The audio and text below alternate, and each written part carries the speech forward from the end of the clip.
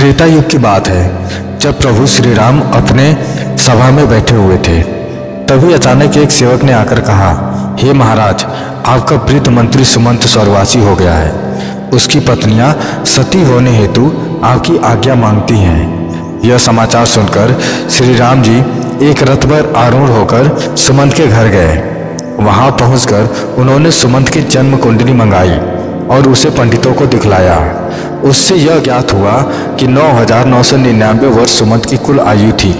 उसमें से सब तो व्यतीत हो गए, अब केवल 9 दिन शेष रह गए हैं। तब श्री राम ने गुरु वशिष्ठ को बुलाकर उनसे कहा, हे गुरु, त्रेता युग में 10,000 वर्ष मनुष्य की आयु मानी गई है। इस नियम के अनुसार यमराज ने मेरे ही राज्य में मेरा अपमान किया है। जो इस नियम की अवहेलना की है, ज्ञात होता है वह मेरे द्वारा दंडित होंगे, क्योंकि इस मंत्री की आयु में अभी 9 दिन शेष हैं। फिर यमराज ने क्यों इसे अपने यहाँ बुला लिया। अतः मैं यम को बांधकर यहाँ ले आऊँगा और सुमंत को जीवित करूँगा। वशिष्ठ जी से ऐसा कहकर रामचंद्र जी गरुड़ पर आरूढ़ होकर धनुष की टंकार करते हुए यमराज की यमपुरी की ओर चल दिए। मार्ग में उन्होंने देखा कि यम के दूत सुमंत जी को बांधकर लिए जा रहे थे। उन पर दृष्टि पड़ते ही राम ने दूतों को मारकर सुमंत जी को छुड़ा लिया। इस पर यम दूतों ने विनयपूर्वक कहा, हमने आपका क्या अपराध किया था जिसके कारण आपने हमारा अधिकार छीन लिया है। राम ने कहा कि अभी इसके जीवन के 9 दिन शेष हैं, फिर तुम लोग इसे कैसे बांध कर ले जा रहे हो। जब इसके दिन पूरे हो जाएं, तब सानंद इसे ले जाना। राम की बात सुनकर यमदूत बोले, राघव, इसके जन्म की कथा अपूर्ण है। जब यह जन्म लेने लगा तब माता की योनि से सर्वप्रथम इसके दोनों हाथ और मस्तक बाहर आए थे। तदंतर 10वें दिन इसके और अंग बाहर निकले थे। श्रेष्ठ मंत्रों से पंडितों ने इसकी रक्षा कर ली थी, इसी कारण इसका नाम सुमंत पड़ा था। अतः जिस दिन से इसका हाथ और मस्तक बाहर आए थे, उसी दिन से आज तक इसकी आयु समाप्त हो गई है। आप जो इसके 9 दिन बतलाते हैं, यह संदिग्ध है। अतः हे राम, इसमें हमारा कोई दोष नहीं है। आपने व्यर्थ ही हमें मारा है। तब उनकी इस बात को सुनकर राम ने कहा, हे यमदूतों, जिस दिन माता के गर्भ से इसका जन्म हुआ है, वही दिन इसके जन्म का दिन है।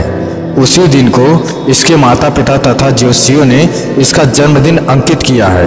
अतएव वास्तव में अभी इसके 9 दिन शेष हैं। तुम लोग जाओ और आज के 10वें दिन इसे ले जाना।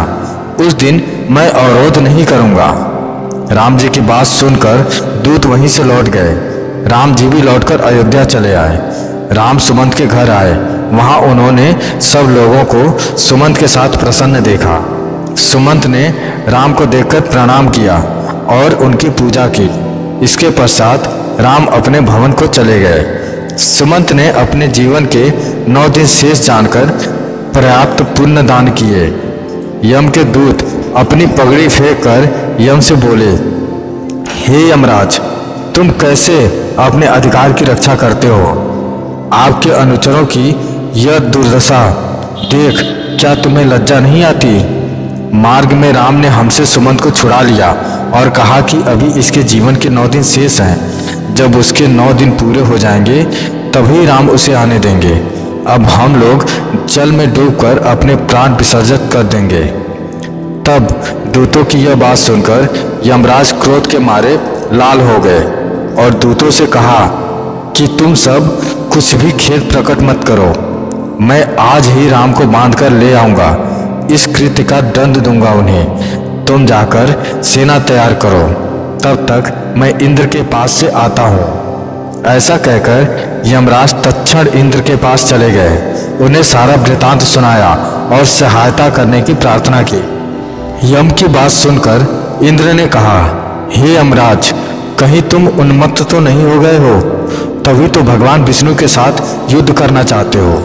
अब तुम्हारे लिए यही उचित है कि तुम तुरंत अपनी यमपुरी लौट जाओ। राम का तुम क्या कर सकते हो। उनसे भयभीत होकर ही मैंने अपने यहाँ से पारिजात और कल्प वृक्ष, इन दोनों वृक्षों को उठा दिया था। इंद्र का ऐसा वचन सुनकर यमराज अग्निलोक चले गए और जब सहायता मांगी तब अग्नि ने भी वैसा ही उत्तर दिया। तब उन्होंने नेतृत्व, वरुण, वायु, कुबेर, ईशान, रवि, चंद्र, बुध, गुरु, शनि, राहु, केतु तथा मंगल सभी से सहायता मांगी, परंतु यम को सबने इंद्र के समान ही कोरा उत्तर दिया। फिर यम लौटकर ब्रह्मा के पास आए, पातालवासी और सप्तद्वीप के राजाओं से भी सहायता मांगी, किंतु राम के प्रतिरोध में उनकी किसी ने भी सहायता नहीं की। तब क्रुद्ध यमराज ने स्वयं ही अपनी सेना लेकर राम से युद्ध करना चाहा और अयोध्या पहुंच गए। यमराज एक विशाल भैंसे पर सवार थे। वहां पहुंचकर उन्होंने चारों ओर से अयोध्या को घेर लिया, जिसमें 9 द्वार थे और उनके चारों ओर 9 खाइयां खुदी हुई थी। कितनी ही तोपें वहां लगी थी। उसके उत्तर की ओर सरयू नदी बह रही थी। नाना प्रकार के महलों से युक्त वह पुरी पताकाओं से अलंकृत थी। यमराज के द्वारा अयोध्या को घिरा देख राम ने लव से कहा कि तुम यमराज से युद्ध करने के लिए जाओ। दुदुम्बी की आवाज के मध्य लव रथ पर आरूढ़ होकर अयोध्या के बाहर आए और यमराज के साथ भयंकर युद्ध करना आरंभ कर दिया। लव के बाणों से घायल यमराज के करोड़ों अनुयायी धराशायी हो गए। सबको मरा देख क्रोधित यमराज लव के साथ भयंकर युद्ध करने लगे। उन्होंने लव के रथ, सारथी, धनुष, कवच और मुकुट को शीघ्र ही काट डाला।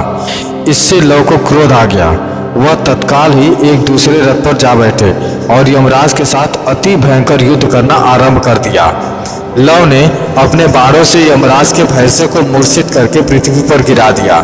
फिर शीघ्र ही 100 बाणों से यमराज पर प्रहार किया। तब यमराज ने अति क्रुद्ध होकर लव पर यमदंड का प्रहार कर दिया। यमदंड को देखकर लव ने ब्रह्मास्त्र चला दिया। वह देख यमदंड लौट पड़ा। यम व्याकुल होकर भाग चले। काल के समान ब्रह्मास्त्र उनके पीछे चला गया। इससे सूर्य को यह ज्ञात हुआ कि अब यमराज बच नहीं सकते और इस प्रकार मेरा पुत्र यम मारा जाएगा। तब सूर्यदेव स्वयं रथ पर बैठकर लव के समीप आए और उनसे विनती करने लगे। अस्त्र को लौटाकर यम को बचाने की लव से प्रार्थना करने लगे। सूर्य ने कहा, वत्स लव, तुमने इस अस्त्र को चलाया है, तुम ही इसका निवारण कर सकते हो। तुम भी हमारे ही वंश से उत्पन्न हुए हो और यम भी मेरा ही पुत्र है।